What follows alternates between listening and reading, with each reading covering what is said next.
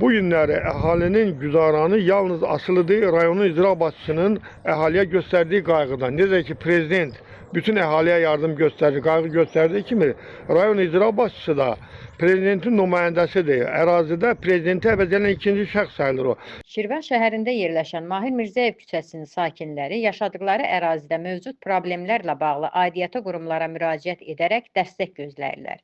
Sakinlərin sözlərinə görə küçələrin abadlaşdırılması və zəruri infrastrukturun qurulması artıq uzun müddətdir ki, həllini tapmayan məsələlər sırasındadır. Nəzarov Mürsal Polatxanoğlu, Mahir Mirzəyev küçəsi, Şirvan şəhəri.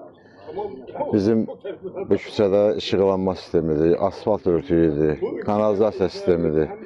Heç biri yoxdur. Suyumuz 500 metrdən gəlir, o da ki, partaq turbalardır hamısı. Xahiş edirik İlqar Abbasov, bizim bu küçəyə əncam çəkəsiniz. Onlar bildirirlər ki, ərazidə mövsümündən asılı olaraq müxtəlif çətinliklər yaranır. Xüsusilə də qış aylarında vəziyyət daha da ağırlaşır. Yolların yararsız hala düşməsi gündəlik hərəkəti və yaşayışı çətinləşdirir. Sakinlər qeyd edirlər ki, mövcud şərait onların həm təhlükəsizliyinə, həm də rahatlığına mənfi təsir göstərir. Əhmədov Elsəvər, Mahir Mirzəyev küçəsində yaşayıram. Mənim icra başçısından, aidiyyatı qurumlardan bir dənə xahişim odur ki, bax, bizim bu məhəlləmiz, bizim bu küçəmiz bərbad gündədir. Vallahi göydən bir 5 dəqiqə yağış yağan kimi palçıqdan burada uşaqlar gedə bilmir. Nə uşaqlar, nə böyüklər. Məcbur olarlar məktəbə gedəndə çıxsınlar asfalta, mərkəzə çıxarsa, oranın geçsinə, o da biraz bəlalıdır. Bax, bu gördüyünüz bu xət, qurun suları yağış yağanda axır gedir, çıxır düz asfalta. Küçələri su basır, həyətləri su basır. Həmən kanalizasiyanı qoşmaq olar. Mərkəzdə orada Masazovun qabağında xət var, ora qoşmaq olar. Buradan bir kanalizasiya çəkilsin. Vallahi heç kimin kanalizasiyası yoxdur. Həyətlər başında hamısı su axır. Hamısını axıdırlar küçələrə. Küçələr bərbad gündə. Nə böyüklər gedə bilir, nə kiçilər gedir. Məsələ ilə bağlı Şirvan şəhər sakinləri rayonun icra başçısı İlqar Namazoğlu Abbasova müraciət edərək küçələrin abadlaşdırılması, yolların təmiri və əsas kommunal təchizatın qurulması üçün müvafiq tədbirlərin görülməsini xahiş edirlər. Sakinlər ümid edirlər ki, onların müraciəti nəzərə alınacaq və yaxın zamanda ərazidə zəruri işlər həyata keçiriləcək. Allah İlqar Abbasovun canını sağ eləsin. Sadəcə bizim bu yolu çox bərbad vəziyyətdədir. Yağışda yağa gedib gələ bilmirik, maşınla gedib gəlmək olmur. Yəni bizə bu köməklik olunsun ki, bu yol düzəlsin.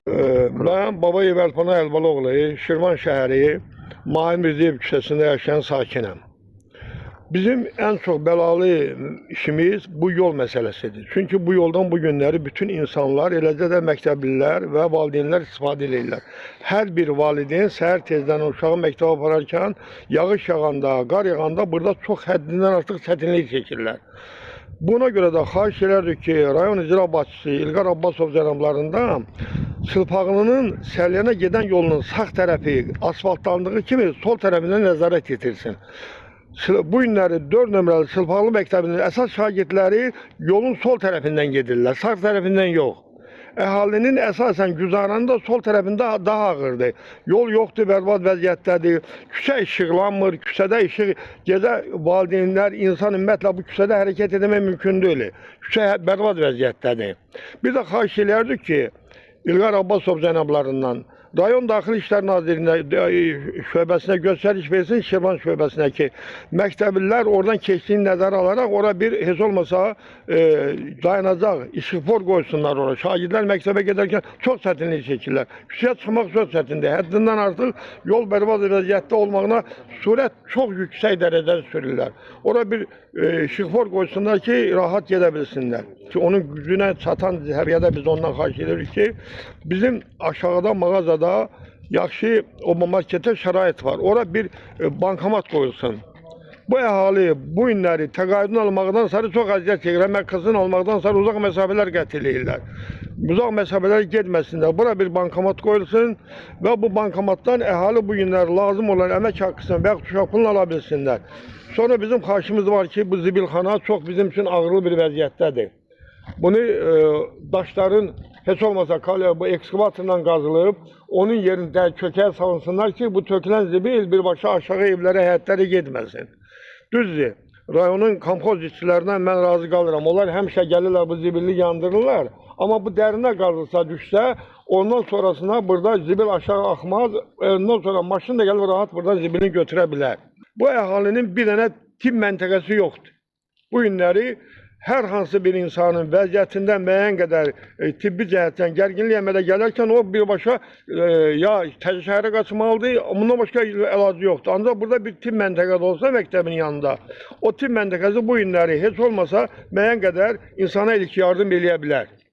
Xahiş edirdik ki, bunları nəzər alsınlar. Bu günləri yuxarı təşkilatlara müraciət eləməyimizə ehtiyac yoxdur. Çünki yuxarı təşkilata, prezident aparatına, digər orqanlara biz müraciət eləsək, o orqanların cavabları gələcək rayon icra hakimiyyətinə. Ona görə də İlqar Abbasovdan xahiş edirdik ki, bizə də yardım əlini uzatsın, bu məsələni həll eləsin. Yol məsələsini, zibil məsələsini, əhalinin yaşayış səviyyəsi yaxşılaşsın.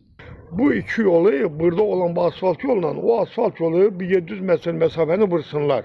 Yəni asfalt döşəyi olsun ki, həm də burada işıqlandırma sistemi də bərpa olunsun. Burada gecə getmək mümkün deyil, sahibsiz itlər də var burada. Gecə hərəkət etmək çox çətindir. Maşın, indi gələndə yolda lükları gördünüz. O lüklara çox vaxt maşınlar düşürlər.